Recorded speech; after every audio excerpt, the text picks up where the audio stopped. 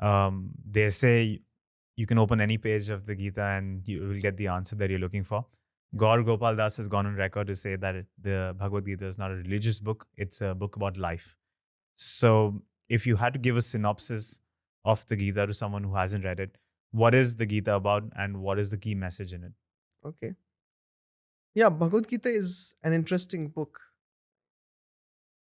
First of all, what I would like to mention is the background of Bhagavad Gita. So this is, I'm pretty sure every Indian would have heard the Mahabharata or watched Mahabharata. He knows how the story is going. So when the Pandavas, they were, in a way, destined to fight the Kauravas because they went on the exile. They followed all the impositions by the Kauravas, uh, and they went to exile. They did the last year Ajnatavas, where they had to be covered, and if they were found, they again had to go to another exile. That was the condition, and they fulfilled everything for 14 years. And then when they came back, still the Kauravas said, "We cannot give you the kingdom back." So that time, and what I like about the Pandavas is that they're very noble. Though Bhima and Arjuna wanted to go and fight, but Yudhishthir said, "No, they are our brothers. Let's first try for peace." So they sent Krishna also as a peace messenger, but Kauravas didn't heed. And finally, Krishna told them that there's no other option apart from war, because they tried everything. And Duryodhana, the head of the Kaurava team, he said, "I cannot give even that much land to the Pandavas upon which a head of needle can rest." What that means, like a dot of land. So because the Pandavas said, "You keep the kingdom, and we are happy because we are Kshatriya by nature." Kshatriya means they have to rule over something, and they have to protect that area. So they said, "At least you give us 5 villages." That's a pretty good deal. But Duryodhana said, "I cannot give even a small amount, that much amount of land upon which the head of needle can rest." So then war was destined, and then Pandavas were also very much eager to. Uh, I mean, because Krishna wanted the war, it was Dharma Yudh.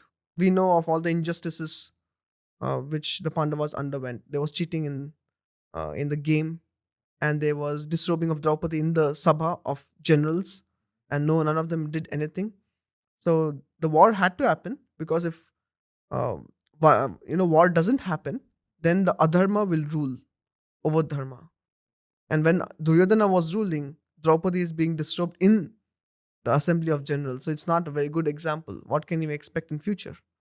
So then war had to happen, and Pandavas gathered their army, and Kauravas gathered their army, and they came to battle. And one more thing I would like to mention: the Vedic culture, how they would battle, this was even prevalent 1,000 years back. When Alexander the Great, he came towards the Indian subcontinent, he saw when Chandragupta Maurya's team, they would fight, they would always take their soldiers, and the king, all of them would have battle outside the kingdom, so that the innocent people are not hurt. But today, when wars happen, they shoot missile, or they first destroy the capital, where the innocent women, children, old people who have nothing to do with the war. So Alexander the Great, he very much appreciated, because the Chandragupta Maurya's army was headed by Chanakya Pandit. He was like the guide for them, right?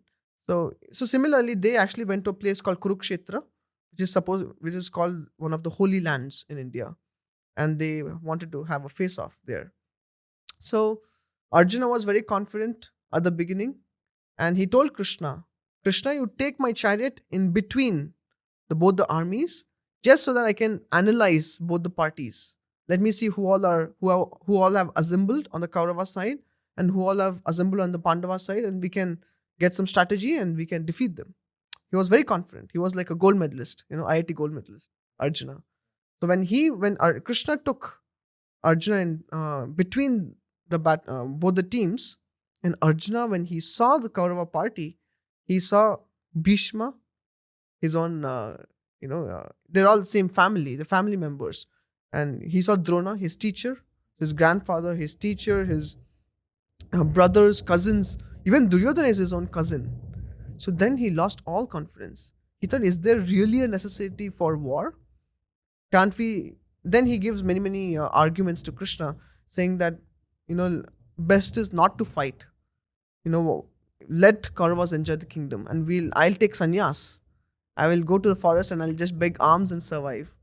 So like that, he gave many arguments that if the kings die on the other side, who will take care of the wives? Then if wives are not taken care, the women will be exploited.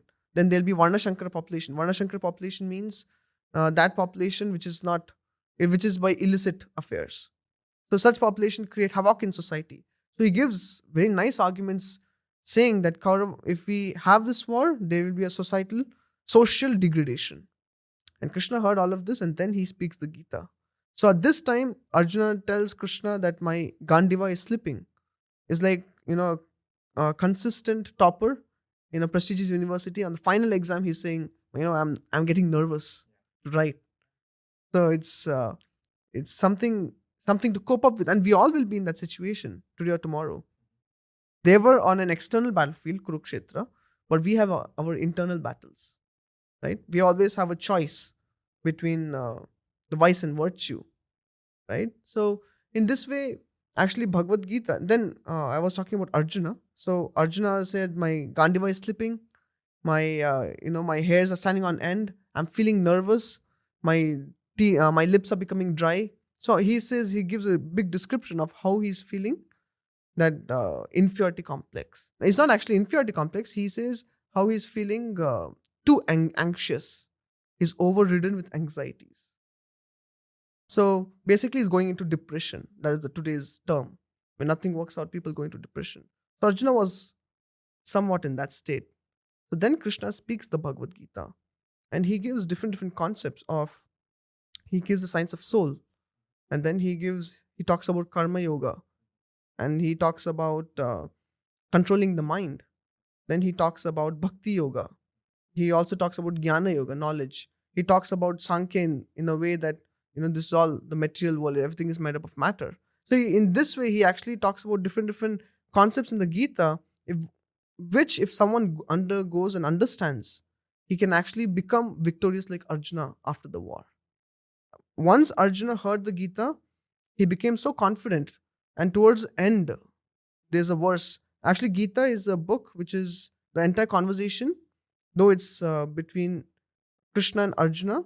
It's actually being envisioned by Sanjaya, and he's telling to Dhritarashtra what is happening. He had that power. He could see the war from the palace.